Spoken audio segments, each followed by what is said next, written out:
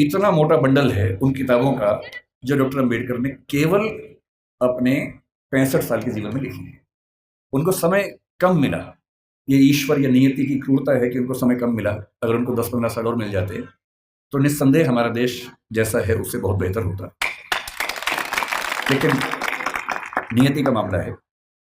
मैं देखता हूं कि हमारे समाज में बहुत लोग उनका विरोध करते हैं। उनको लगता है कि दलितों का नेता है, ये हिंदू धर्म के बहुत खिलाफ था, ये बहुत नाराज रहता था। लेकिन उन्होंने उन परिस्थितियों को, उस बैकग्राउंड को देखा नहीं जो आज मैं आपसे डिस्कस करूंगा। आपने सुना होगा जरूर, नहीं सुना तो आप सुन लीजिए और फिर तुलना कीजिए कि आज आप जहां हैं क्यों वहां हैं। अगर अंबेडकर साहब ना होते या ज्योतिबा फुले ना होते, उसके 500 साल पहले कबीरदास ना होते, उसके 2000 साल पहले बुद्ध ना होते, तो दरअसल हम वहां नहीं होते जहां जब बैठे। क्या उन्होंने क्या झेला अम्बेडकर जी ने? क्योंकि आप बच्चे हैं इसलिए मैं वही सी चीजें बताऊंगा जो आपको थोड़ा सुन के समझ में आएंगी और प्रेरणा मिलेगी आपको। जब वो 6 साल के हुए, यहीं पैदा हुए, यही उनका घर है, मुझे बताया गया इसी घर में उनका जन्म हुआ। आप लोग कितने सौभाग्यशाली है कि आप यहाँ आते हैं। मैं तो पहली बार जीवन में आया हूँ। कुछ दिन पहले इंदौर पहली बार मैं आया था, 1 साल पहले। मुझे ये नहीं पता था कि इतना पास में वो जगह है, वरना मैं उसी दिन आता। तो मुझे बड़ा आश्चर्य हुआ कि मैं इंदौर तक आया भी और मुझे पता नहीं चला। तो जब वो पैदा हुए इसी जगह है, क्योंकि उनका सौभाग्य था कि वो एक सूबेदार के बेटे थे, इसी सेना में काम करने वाले। मुझे आज पता लगा कि MHOW क्यों कहते हैं, मिलिट्री हेडक्वार्टर्स ऑफ वार उसका नाम था। मैं परेशान था कि महू की स्पेलिंग MAHU क्यों नहीं है, MHOW क्यों है। तो आज पता लगा नहीं, वो एक एक्रोनिम है, उसकी फुल फॉर्म एक है। वो जिस समाज में थे उस समाज के बच्चे स्कूल में नहीं पढ़ते थे, उनको पढ़ने की अनुमति नहीं थी। पर क्योंकि वो सूबेदार के बेटे थे, और सूबेदार एक कमीशन पद होता है सेना में, बड़ा पद होता है, तो इतना हो गया कि उनको स्कूल जाने का मौका मिल गया।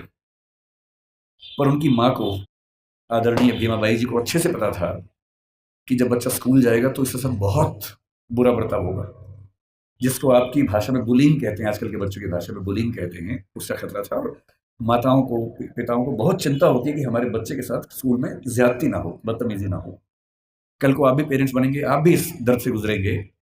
ऐसे कई बच्चे होते हैं, कोई फिजिकली उतना ठीक नहीं है, कोई मेंटली उतना ठीक नहीं है। जब वो स्कूल जाते हैं बच्चे, एक तो पहले वो पीड़ित है, उसके बाद स्कूल के बाकी बच्चों का मजाक बनाते हैं, चिढ़ाते हैं। पेरेंट्स को इतना दर्द होता है इस बात से, लेकिन क्या करें। तो उनकी माता जी ने, भीमाबाई जी ने कहा कि देख बेटा, स्कूल जा रहा है, पहले ही समझा रही हूं, बहुत बुरे अनुभव होंगे, लड़ना मत, झगड़ना मत, विद्रोह करके छोड़ मत देना, क्योंकि पढ़ाई करोगे वो अकेला रास्ता है कि कुछ बड़ा कर पाओगे जीवन में, वरना कोई दूसरा रास्ता नहीं है। इस बात को उस छोटे से बच्चे ने मन में बिठा लिया। वो स्कूल गया। उस स्कूल में पहली बार कोई ऐसा बच्चा आया था जो समाज के अछूत कहे जाने वाले समुदाय का हिस्सा था। जो बाकी बच्चे थे बुरे नहीं थे, पर वो भी अपने अपने घर से सीख रहे थे, अपने समाज से सीख रहे थे। उनको ये पता था कि ऐसे बच्चों के साथ नहीं बैठना है, दूर रहना है। तो व्यवस्था हुई कि वो स्कूल में क्लास के सबसे अंत में, जहां सारे बच्चों के जूते चप्पल रखे हैं, उसके पड़ोस में एक दरी छोटी सी बिछा के बैठेंगे, और दरी भी खुद लेके आएंगे ताकि स्कूल में कोई और व्यक्ति अपवित्र ना हो। अब सोच के देखिए, इमेजिन कीजिए उस बच्चे की हालत कि एक बच्चा है, अपने घर से दरी लेके आता है, क्लास के अंत में जहां जूते चप्पल रखे हैं उसके पास में बिछाता है, बैठता है, बाद में लेके जाता है। उसके साथ कोई खाना भी नहीं खाता है, तो वो दीवार की तरफ चेहरा करके अपना भोजन करता है जो घर से लेके आया था। उसको पानी पीने की अनुमति नहीं है। आपने ये सब नहीं झेला होगा, उस बच्चे का सोचिए। ये आज से केवल और केवल 110 साल पहले की बात मैं कर रहा हूँ, बहुत पुरानी बात नहीं है, 115 साल पहले की बात। उस बच्चे को पानी पीना है और स्कूल में पानी की एक ही व्यवस्था है कि जो पानी का नल है या घड़ा है उसे वो नहीं छू सकता। तो एक चपरासी है जो उसको दूर से पानी देगा तो वो पिएगा, वो घड़ा नहीं छू सकता है। और ये बात कोई और नहीं कहा है, डॉक्टर अंबेडकर ने खुद अपनी आत्मकथा लिखी है। वो उस समय छप नहीं पाई थी, छपी 1990 के आसपास है।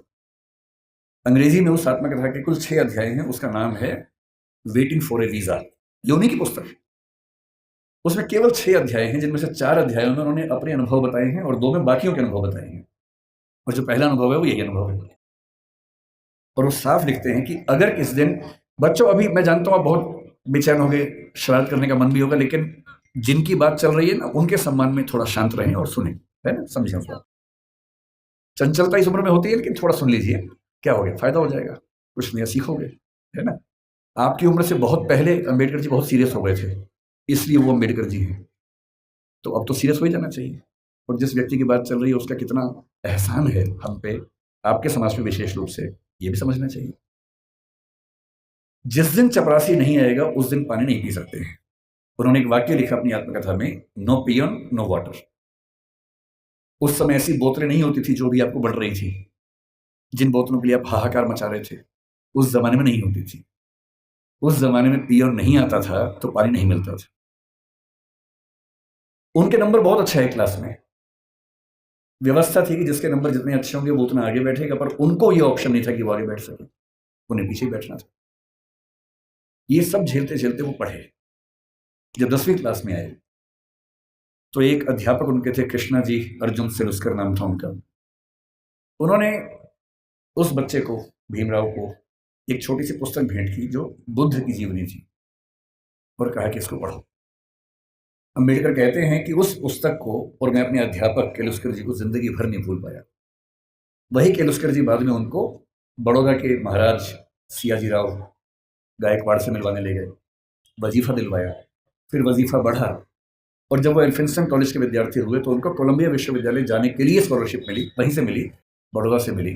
4 साल कोलंबिया में रहे और इतनी मेहनत करते थे, कोलंबिया विश्वविद्यालय से एमए और पीएचडी करने के साथ साथ लंदन स्कूल ऑफ इकोनॉमिक्स से भी एमए और पीएचडी कर डाली।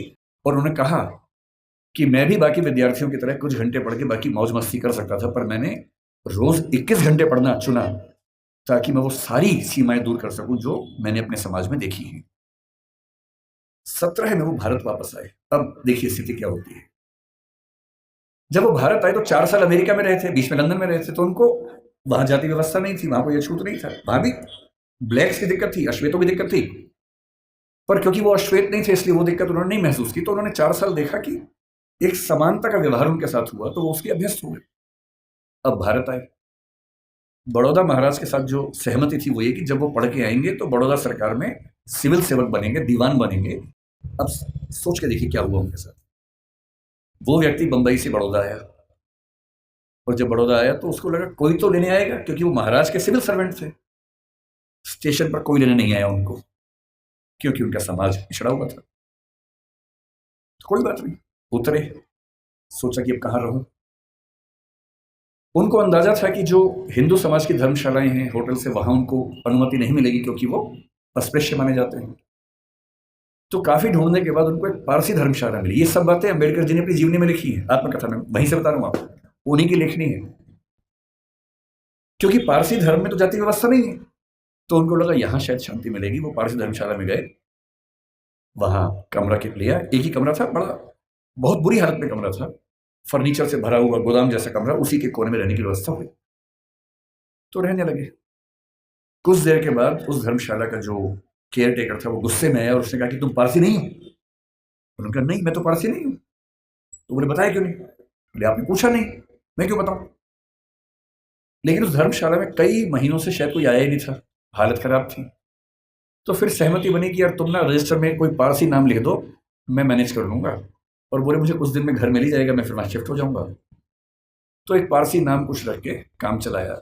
लेकिन 11 दिन हुए थे अभी, और 11वें दिन लगभग 10 से 15 पारसी युवक हथियार, लाठी, डंडे हाथ में लेके चिल्लाते हुए उनकी तरफ बढ़े। और तब उन्होंने कहा कि एक अछूत आदमी पारसी धर्मशाला में कैसे आ गया? तुमने हमारी धर्मशाला खराब कर दी। अंबेडकर जी ने कहा कि आपके धर्म में तो जाति व्यवस्था है नहीं। बोले वो सब हमें नहीं पता, भागो यहां से। और खतरा था कि हिंसा हो सकती थी। अंत में तय हुआ कि शाम तक का समय है, छोड़ देना वरना छोड़ेंगे नहीं। डॉक्टर अम्बेडकर अपने ऑफिस गए। ऑफिस में उनकी कुर्सी अलग बनाई गई। उनका चपरासी उनको पानी इस तरह से देता था कि जैसे किसी खराब व्यक्ति को दे रहा हो। फाइलें फेंक के देता था ताकि छू ना ले। आप उस व्यक्ति का मन सोचिए कि जो व्यक्ति इतना पढ़ के आ गया है, अमेरिका से पीएचडी, लंदन से पीएचडी कर चुका है, इकोनॉमिक्स में पहली बार देश में किसी ने इतने गंभीर स्तर पर अध्ययन किया होगा, उसके साथ ये बर्ताव हो रहा है। उन्होंने महाराजा के सचिव से बात की, भाई मुझे रहने को घर कब मिलेगा, छोड़ना है मुझे। कोई जवाब नहीं मिल पाया। शाम तक छोड़ना है। पूरे बड़ौदा में एक भी जगह नहीं है जहां वो रह सके। अंतिम उपाय क्या किया? अपने एक हिंदू दोस्त से बात की कि भाई, जो 2 दोस्त उनके बाहर से पढ़ के आए थे, एक हिंदू एक ईसाई, दोनों से बात की हिंदू दोस्त से कहा ऐसा कि ऐसे ऐसे छोड़ना पड़ रहा है पारसी धर्मशाला, क्या मैं तुम्हारे घर रह सकता हूँ? बहुत प्रगतिशील व्यक्ति था, पर उसने 2 मिनट चुप होकर बोला कि देख यार, मुझे तो दिक्कत नहीं है, पर मेरे यहाँ जो लोग काम करते हैं ना, वो सब काम छोड़ देंगे, क्योंकि तुम अगर रहोगे तो वो फिर सब खत्म हो जाएगा।